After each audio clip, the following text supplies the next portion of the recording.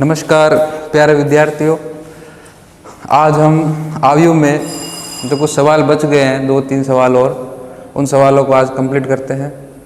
तो उसमें अगला जो सवाल है, हमें आयु ए दिया हुआ है। आयु ए देने के बाद में हमें सिद्ध करना है कि i प्लस ए और बराबर है i माइनस ए और ब्रैकेट ये बंद करके cos x minus sine x और cos x, ये दोनों बराबर है। हमें ये सिद्ध करना है, जहाँ पर i क्या है, 2 गुणा 2 क्रम का एक इकाई आयु है, यानी कि i क्या होगा, यहाँ पर i2 होगा। i2 का मतलब क्या हो जाएगा, 1 0 0 1। इकाई आयु एक वर्ग आयु होता है जिसके विकर्ण के अवयव 1 होते हैं, उसके अलावा सारे अवयव क्या रहेंगे, 0 रहेंगे। तो इसको सिद्ध करने के लिए ये हो गया लेफ्ट हैंड साइड और ये हो गया राइट हैंड साइड। तो सबसे पहले मैं लेफ्ट हैंड साइड लेने पर क्या है, i प्लस ए। i का मतलब है 1 0 0 1।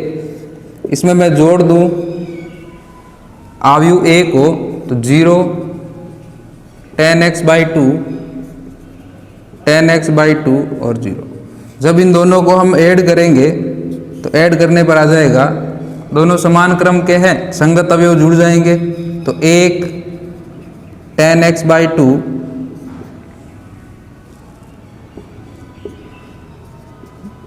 tan x बाई 2 और 1, यानी कि जो आपका लेफ्ट हैंड साइड है वो ये मिला है हमें। अब जो राइट हैंड साइड है, राइट हैंड साइड क्या है, i माइनस ए और इसको मल्टीप्लाई करना है cos x minus sine x और cos x। i माइनस 1 और इनको गुणा करने पर ये जो मिलेगा यही मिलना चाहिए, तब हमारा ये सिद्ध हो जाएगा। तो i माइनस ए, i का मतलब 1 0 0 1 और इसमें से मैं घटा दूं a को, a क्या है मेरा 0 minus tan x by 2 tan x by 2 और 0। जब इसमें से इसको घटाऊं और इधर गुणा करना है इसको, cos x minus sine x और cos x, इससे क्या करना है, हमें गुणा करना है। तो इस आयु में से इस आयु को घटा दिया, घटाने पर क्या आ जाएगा, यहाँ पर 1 में से 0 गया, 1 0 में से माइनस tan x बाई 2, तो ये बच जाएगा tan x बाई 2। 0 में से tan x बाई 2 तो माइनस tan x बाई 2 और 1 में से 0 गया तो 1, और इसको मल्टीप्लाई करना है हमें cos x minus sine x और cos x। अब सवाल ये है कि इन दोनों आयु को यदि मैं मल्टीप्लाई करूं, मल्टीप्लाई करने पर मुझे यदि ये मिल जाएगा आयु तो सिद्ध हो जाएगा। तो इन दोनों आयु को गुणा करना है, तो गुणा करने के लिए दोनों आयु को गुणा किया, ये आयु किस क्रम का है, 2 गुणा 2 क्रम का, ये भी किस क्रम का है, 2 गुणा 2 क्रम का। तो गुणा करने पर 2 गुणा 2 क्रम का आयु मिलेगा और गुणा कर दो पंक्ति गुणा स्तंभ, तो ये पंक्ति गुणा स्तंभ से ये रह जाएगा cos x plus tan x by 2 sine x, ये पहला अवयव आ गया। इसी प्रकार से पहली पंक्ति अब दूसरा स्तंभ करेंगे तो माइनस साइन एक्स और प्लस tan x बाई 2 गुणा में cos x। इसी प्रकार से इसको इसके साथ गुणा करें, दूसरी पंक्ति को ले लिया तो ये आ जाएगा माइनस का tan x by 2 cos x plus sine x, और पहली दूसरी पंक्ति और दूसरा स्तंभ इनको गुणा किया तो ये हो जाएगा sine x tan x by 2 plus cos x। तो यानी इन दोनों आयु को जब गुणा किया तो ये आयु मिला। अब इसमें इसका मान क्या इसके बराबर है, ये हमें सिद्ध करना है। तो ये अवयव जो आया है इसका मान क्या आना चाहिए, 1 होना चाहिए। तो 1 कैसे होगा, तो पहला अवयव लेता हूं मैं, केवल पहला अवयव cos x plus tan x by 2 sin x। क्या इस अवयव का मान 1 है? ये और ये तब बराबर होंगे तभी तो सिद्ध होगा। ये लेफ्ट हैंड साइड है और राइट हैंड साइड में ये मिला मुझे, अब ये इसके बराबर हो जाए तो ये 1 है क्या, तो cos x plus tan x by 2, इसको मैंने लिख दिया sin x by 2 divide by cos x by 2 गुणा में sin x। लघुत्तम लिया cos x बाई 2, तो ये रह जाएगा cos x by 2 cos x plus sin x by 2 और गुणा में sin x, ये आ गया। अब यदि यहाँ हम देखें cos a cos b plus sin a sin b, ये एंगल a हो गया, इसको b बोल दिया। तो यहाँ एक फॉर्मूला बनता है cos a cos b plus sin a sin b। 11वीं कक्षा के अंदर ये फॉर्मूला था, किसका फॉर्मूला, ये cos a cos b plus sin a, plus है cos cos sin sin a, किसका होगा, cos का होगा, और प्लस है तो क्या होगा, यहाँ पर माइनस होगा। तो क्या हो जाएगा, यहाँ पर cos x by 2 cos x plus sin x by 2 sin x, ये बराबर हो जाएगा cos x minus x by 2। तो यहाँ से ये रह जाएगा x बाई 2 माइनस x, एक ही बात है, आगे पीछे भी कर सकते हो, माइनस x बाई 2, और cos के अंदर माइनस का कोई फर्क नहीं पड़ता, cos माइनस x किसके बराबर होता है, cos x के बराबर होता है, तो ये हो जाएगा cos x बाई 2। यानी ये ऊपर वाला किसके बराबर है, cos x बाई 2, और नीचे क्या है cos x बाई 2, कट गया, पीछे क्या रह जाएगा 1। तो यानी कि ये जो अवयव है ये किसके बराबर है, 1 के बराबर ही है। इसी प्रकार आपको करना है फिर ये दूसरा, तीसरा और ये चौथा, ये सारे अवयव निकालोगे तो ये इसके बराबर हो जाएगा। तो क्या है, दूसरा लेते हैं यहाँ पर,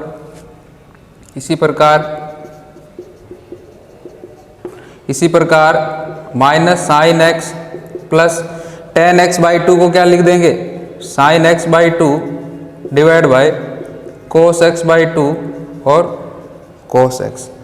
यदि मैं इसको हल करूं तो कोस एक्स बाई 2 लघुत्तम आ गया, गुणा करूंगा तो यहाँ पर रह जाएगा cos x by 2 sine x plus sine x by 2 cos x.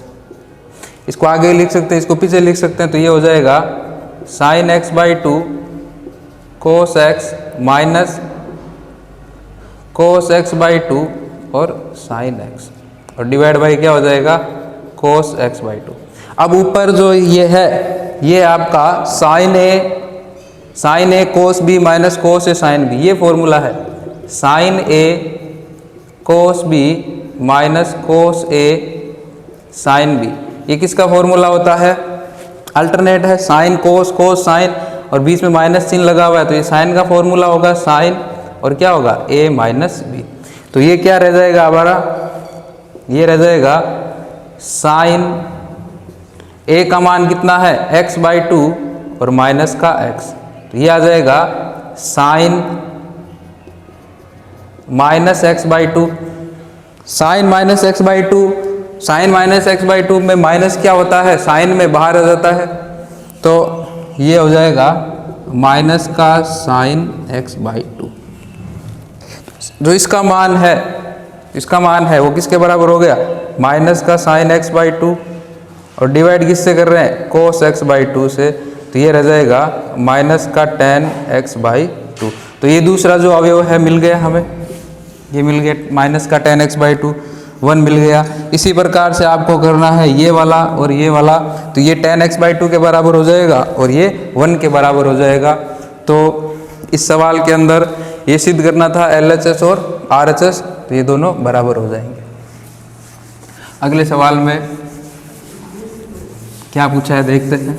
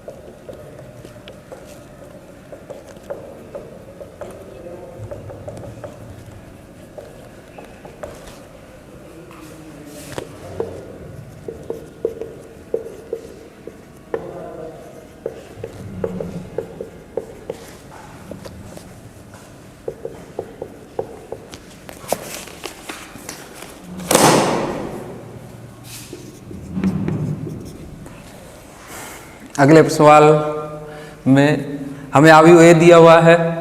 अवयव ए का मान 1 0 -1 7, आई है वो 1 2 गुणा 2 क्रम का इकाई अवयव है। तो के का मान ज्ञात करना है। सवाल में के का मान हमें ज्ञात करना है। किसकी सहायता से? इसकी सहायता से। ये हमें दिया हुआ है जहाँ a² बराबर 8a प्लस के आई। तो a² बराबर 8a प्लस के आई ये दिया हुआ है। a² माइनस 8a बराबर क्या हो जाएगा? के आई। तो इसकी सहायता से हम किसका मान निकालेंगे? के का मान निकालेंगे। तो a² निकालना होगा। तो a² का मान निकालो। a² यानी कि a को किससे गुणा करना? a से गुणा करना। 1 0 -1 7, 1 0 -1 और 7 गुणा किया। पंक्ति गुणा स्तंभ, तो ये हो जाएगा 1 + 0 0 + 0 -1 -7 0 + 7 गुणा 7 49। तो ये आ जाएगा आपका a² का मान 1 0 -8 और 49। फिर क्या निकालना है हमें?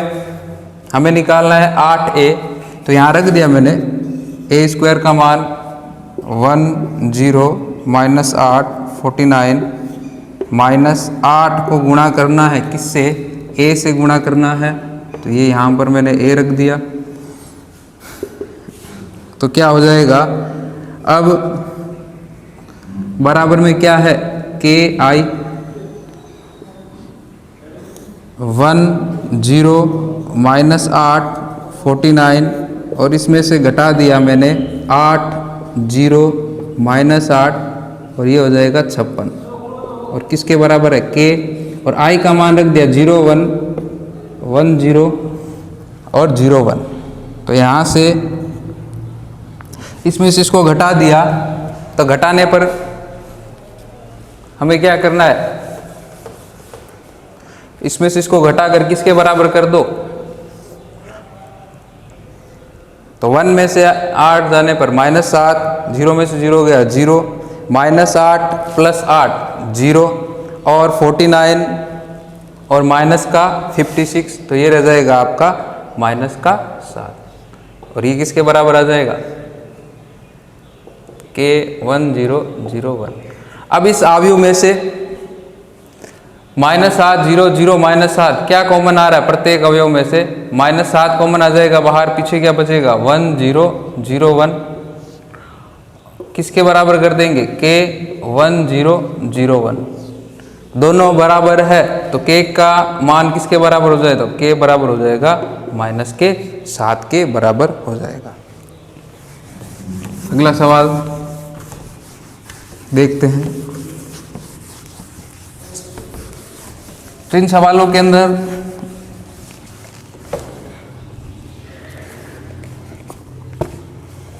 इसी प्रकार से 14वां सवाल लेंगे। यदि आपको दिया हुआ है 1 0 2 -1 -3 और 4 गुणा है a से और बराबर में क्या मिल रहा है? 1 -4 3 -2 -10 6 13 20 और -9। तब अवयव ए मुझे ज्ञात करना है।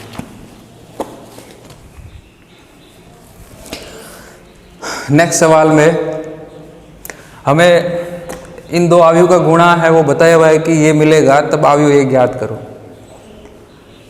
तो यहाँ जब दो अवयव को गुणा करने पर ये मिल रहा है तो इसको हल करने के लिए हम 5 प्रश्न वाली जब पढ़ेंगे उस समय फिर बताऊंगा। ये मैं व्युत्क्रम के बारे में जब पढ़ेंगे तो उस समय इस अवयव के व्युत्क्रम को यहाँ गुणा कर लेंगे तब भी ये मिल सकता है। और इस प्रश्नावली में आया है तो इसको हम एक अन्य तरीके से भी कर सकते हैं। हमें अवयव ए ज्ञात करना है। जब अवयव इस अवयव का ए से गुणा होता है तो एक 3 गुणा 3 क्रम का अवयव मिलता है। तो सबसे पहले अवयव ए का क्रम क्या होगा, तो अवयव ए का क्रम क्या होगा, तो इस अवयव का क्रम क्या है 3 गुणा 2, 3 गुणा 2। अब ये मान लिया अवयव ए का क्रम और गुणा करने पर क्या मिल रहा है मुझे 3 गुणा 3, 3 गुणा 3 का मिल रहा है, यानी यहाँ पर क्या आएगा 3 आएगा। और क्योंकि यहाँ इन दोनों अवयव का गुणा संभव है तो ये 2 है तो यहाँ भी क्या रहेगा 2 रहेगा, तभी तो गुणा संभव होगा, उत्तर आएगा 3 गुणा 3। तो अवयव ए का जो क्रम है वो क्या हो जाएगा, ए का क्रम, ऐसे सवाल है आपके विविध में, ए का क्रम हो जाएगा 2 गुणा 3 का, यानी ए अवयव किस क्रम के है 2 गुणा 3 क्रम के अवयव। तो मान लो माना अवयव ए है, हमने मान लिया। अब यहाँ पर 2 गुणा 3, 2 पंक्ति 3 स्तंभ है, तो हमें 6 अवयव मानने हैं। तो 6 अवयव मानने के लिए क्या मान लेंगे हम, x, y, z, a, b, c, ये 6 अवयव मान लिए। अब ये 6 अवयव मुझे निकालने हैं, कैसे निकालने हैं, इन दोनों अवयव का गुणा करना है। तो अवयव ए का गुणा करते हैं, तो 1, 0, 2, -1, -3 और 4।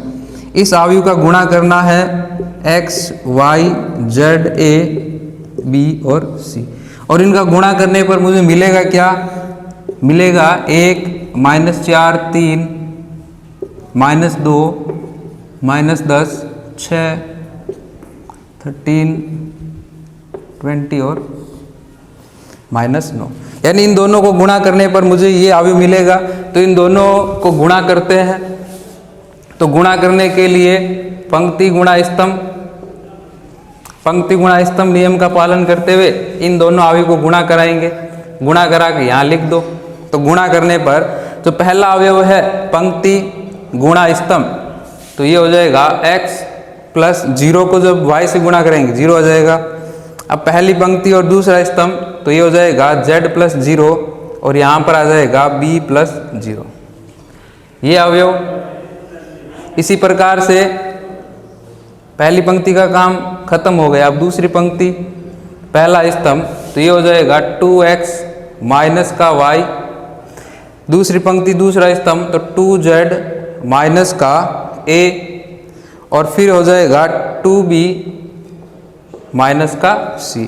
इसी प्रकार से अब तीसरी पंक्ति को ले ले, तीसरी पंक्ति पहला स्तंभ दूसरा स्तंभ और तीसरा स्तंभ, तो ये हो जाएगा माइनस का 3x प्लस का 4y माइनस का 3z प्लस का 4a और माइनस का 3b प्लस का 4c।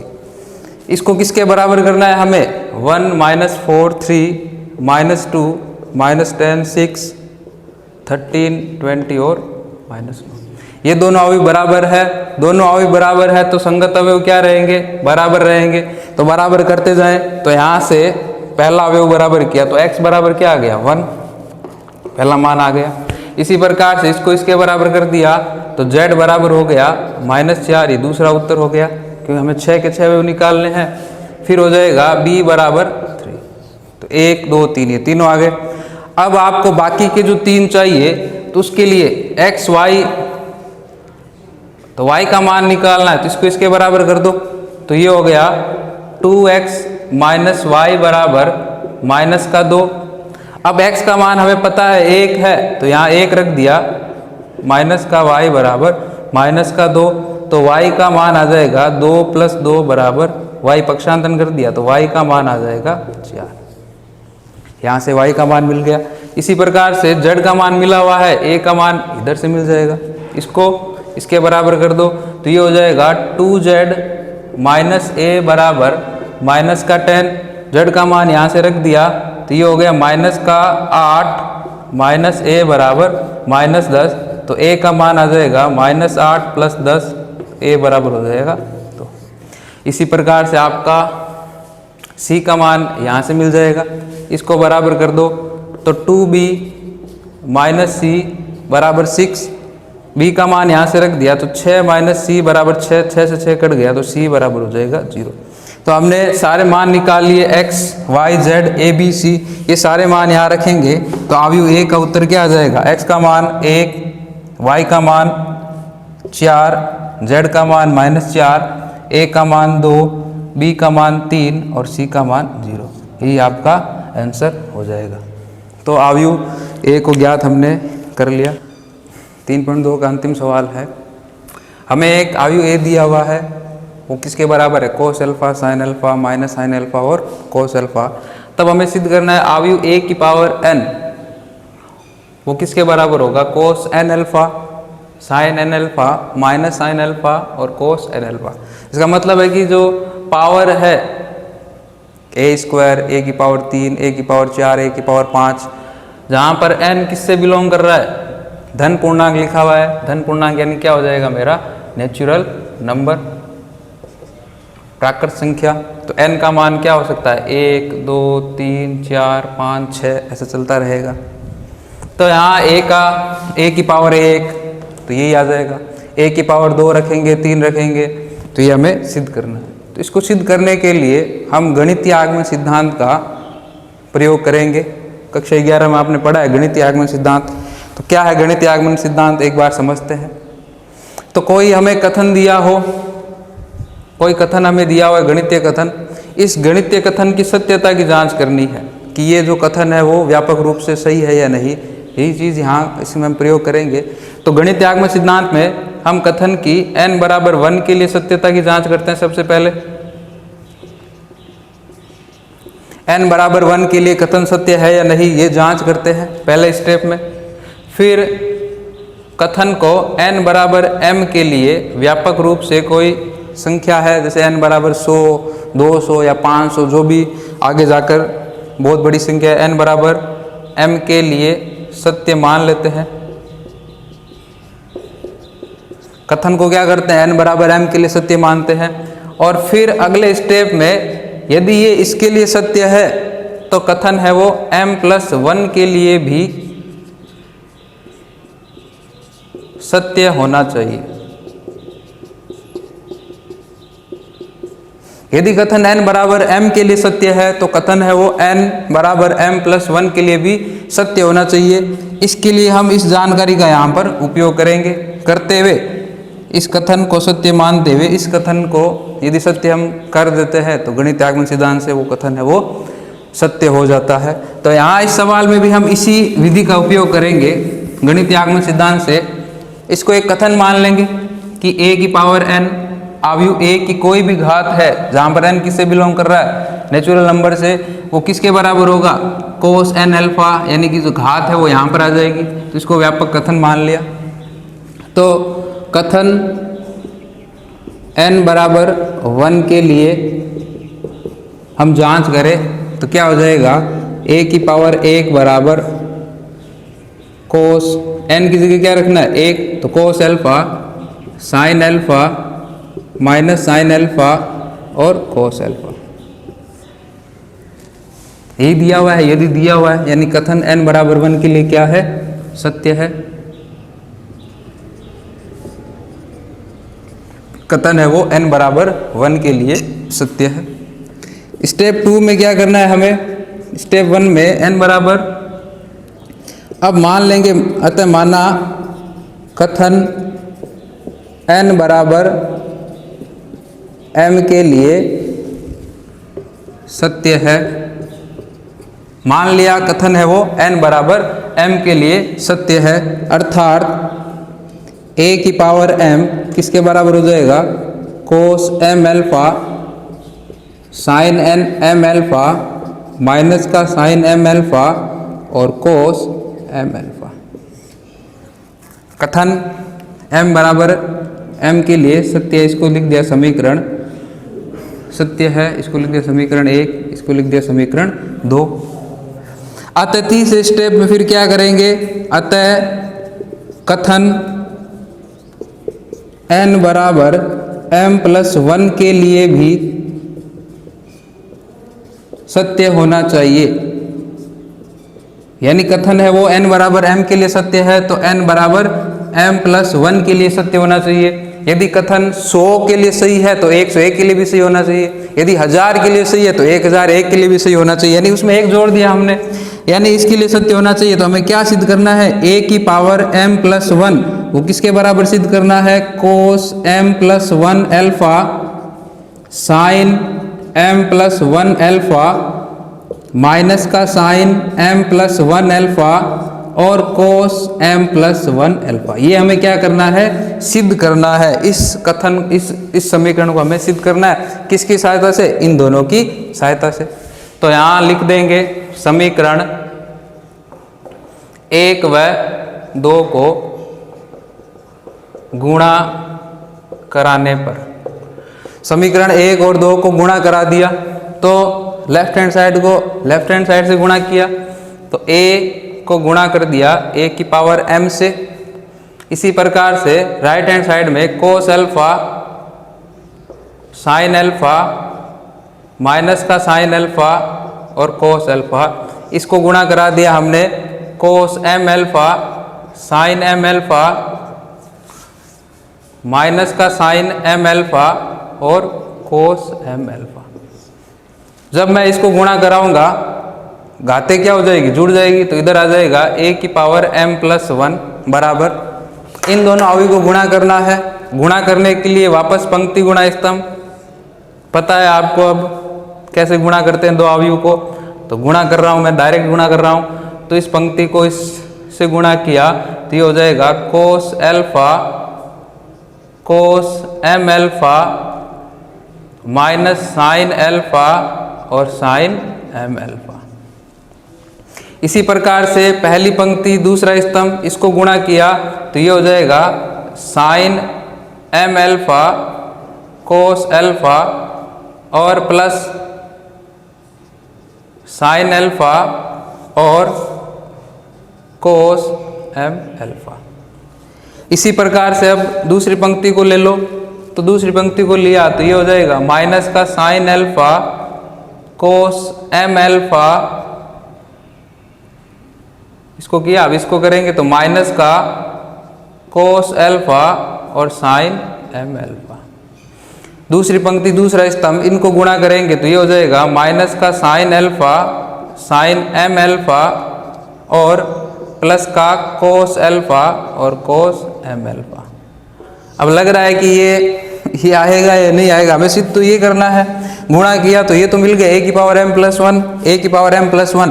अब इधर वाला ये मिला है तो क्या है, तो वापस 11वीं के सूत्रों का उपयोग करना है। 11वीं के सूत्रों का उपयोग करेंगे तो cos a cos b minus sin a sin b, cos a cos b minus sin a sin b। यहाँ फॉर्मूले हैं वो आपको लिखने हैं वापस, तो मैं डायरेक्ट लिख रहा हूँ यहाँ पर cos a cos b minus sin a sin b। ये a का काम करेगा, ये b का काम करेगा, m अल्फा पूरा क्या करेगा, b का काम करेगा। तो cos a cos b minus sin a sin b, formula हो जाएगा cos a प्लस b।